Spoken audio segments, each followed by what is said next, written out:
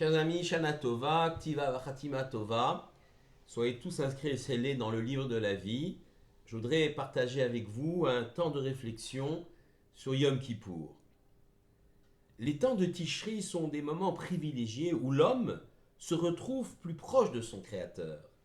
Quelque part, le voile opaque dont Hachem se masque tout au long de l'année se fait plus transparent. En effet, difficile de percevoir l'Éternel derrière le décor de l'histoire. Mais il semblerait qu'en Tishri, cette perception soit facilitée. L'individu se tient alors dans un face-à-face avec le divin. Le rabbi Ariel de Gour, dans son livre Le Sfat Emet, grand maître de la Chassidoute, nous dit sur la paracha de Nitzavim que nous avons lue il y a quelques jours, que ce face-à-face ne doit sa réussite qu'à l'attitude de l'homme. Il doit en effet faire face à son interlocuteur. Atem Nitzavim, vous êtes tous debout devant Dieu, et ne pas lui tourner le dos, ne pas regarder ailleurs. Une telle perception de l'appel de l'autre, par excellence, qu'est l'Éternel, l'être transcendant, n'est pas une chose facile à vivre, à adopter pour l'homme. Communiquer avec autrui, échanger, s'enrichir, n'est possible que pour un homme qui vit véritablement ce qu'il est, qui vit véritablement son identité. Il y a donc, explique le Rav Dessler, pour pouvoir aborder le divin, pour pouvoir se présenter devant Dieu, pour pouvoir percevoir même sa présence, il y a donc nécessité pour l'homme d'une connaissance véritable de son moi profond. En effet, comment fonctionne un être humain? Il y a deux pôles antagonistes qui semblent le diriger. Contrôler ses actes, sa vie, le chemin qui l'emprunte tout au long de son existence. Ces deux pôles antagonistes sont d'une part le cœur, le lève, siège des sentiments, et d'autre part le sechel, l'intellect, le cerveau, siège de la pensée, de la raison. Le cœur est le siège de la personnalité profonde de l'homme, où se mêlent les désirs et les passions, mais aussi où s'ancrent les racines véritables de l'individu, son identité véritable, son lien avec le divin, son attachement à son patrimoine, à son histoire, à son peuple, à son Dieu, les sentiments forts qui l'animent. On pourrait presque dire même le siège de son âme inconsciente. Toutes ces forces apparaissent contradictoires, mais parfois complémentaires. Et toutes ces forces prennent naissance dans un domaine totalement invisible, totalement inconscient pour l'esprit, le sechel de l'homme. Le sechel s'en trouve donc réduit à gérer, à mettre en équation l'ensemble des messages que lui envoie son cœur, son lèvre.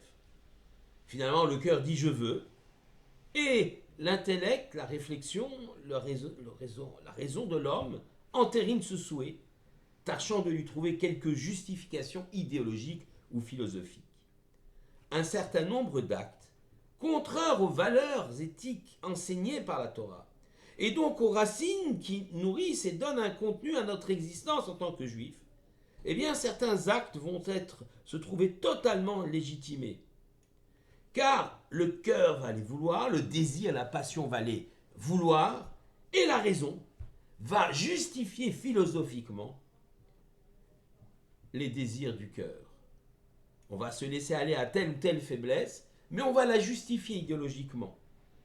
Le Talmud raconte l'histoire d'un rabbi se promenant dans la forêt et il constate que sur chaque arbre est dessinée une cible, et au centre d'une cible, une flèche est plantée. Recherchant alors l'auteur de ces exploits dignes de Robin des Bois, c'est-à-dire de Rabbin des Bois, à sa grande stupeur, il découvre un petit gamin, un garçon, avec un arc, un carquois et des flèches. « C'est toi, dit le rabbi, qui a réussi à planter les flèches au cœur de chaque cible. »« Oui, répondit l'enfant, c'est moi. »« Extraordinaire, un vrai miracle. Comment as-tu fait ?»« Oh, c'est simple. J'ai tiré ma flèche contre un arbre, elle s'est plantée, et ensuite j'ai tracé une cible autour. Ainsi fonctionne l'homme. Il tire sa flèche, répond à ses désirs, à ses pulsions, et ensuite, trace sa cible, c'est-à-dire qu'il va habiller son acte, il va l'argumenter, il va argumenter du bien fondé de son acte, il va même l'insérer dans une idéologie ou dans une philosophie. Ainsi, on s'imagine le plus dramatique, dans ce fonctionnement du psychisme humain, c'est le fait que l'intellect ou le sechel ne se rend jamais compte qu'il est manipulé, qu'il est le jouet du lève, du cœur. On croit alors qu'on entame une marche glorieuse vers un but idyllique, qu'on se trace un destin extraordinaire au sein d'une idéologie que l'on croit parfaite, et en vérité on ne vit que dans une illusion. Nous pouvons admettre à notre actif que la satisfaction de nos désirs, honneur, goût de la possession, libido ou je ne sais quoi, on a justifié les désirs inavouables de notre cœur.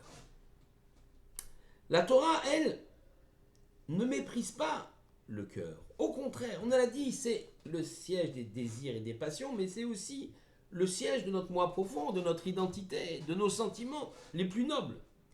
La Torah nous aide à mieux nous connaître nous-mêmes.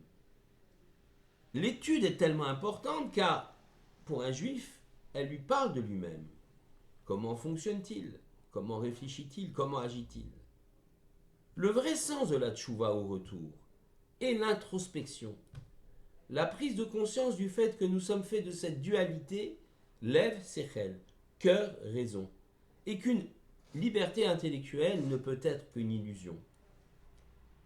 Alors, à Yom Kippour, nous allons jeûner, nous allons nous abstenir des plaisirs terrestres, on ne se lave pas, on ne se frictionne pas, on ne porte pas de chaussures en cuir, justement pour essayer d'écarter ce lien à la matérialité que nous pouvons avoir. Et puis tout au long de la journée de Yom Kippour, on va réciter ces paroles si particulières, le vidouille, le al-khayt, on se frappe la poitrine, la bouche prononce des paroles que le cerveau voit et comprend, tandis que la main s'adresse au cœur en le frappant. Tout cela pour nous dire que le cœur, le lève, et le sechel, l'intellect, la raison, doivent être complémentaires. Dans le corps inconscient, il y a les désirs, les pulsions, pas forcément mauvais, enfin les désirs, les pulsions, mais il y a aussi, pour chacun d'entre nous, les sentiments inébranlables de l'appartenance au Ham Israël, au peuple d'Israël, de notre relation nécessaire avec Dieu et sa Torah. C'est de l'ordre du sentiment.